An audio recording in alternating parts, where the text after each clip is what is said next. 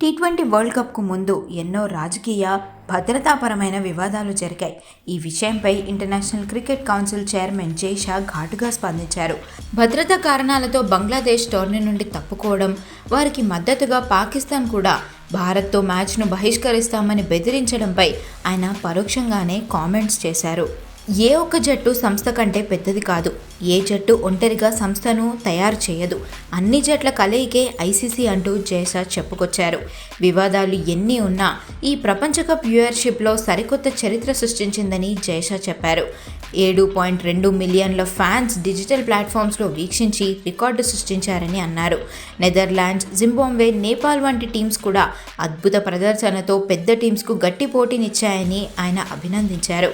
బంగ్లాదేశ్ తప్పుకోవడంతో వారి స్థానంలో వచ్చిన స్కాట్లాండ్ కూడా రాణించడం విశేషం.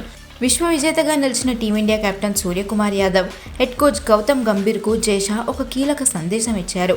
శిఖరం నుండి కిందకు పడిపోవడానికి కొన్ని నెలలు చాలు, కానీ అట్టడుగు నుంచి పైకి రావడానికి ఎన్నో ఏళ్లు పడుతుందంటూ ఆయన దిశానిర్దేశం చేశారు. ఆచి చికెన్ మసాలా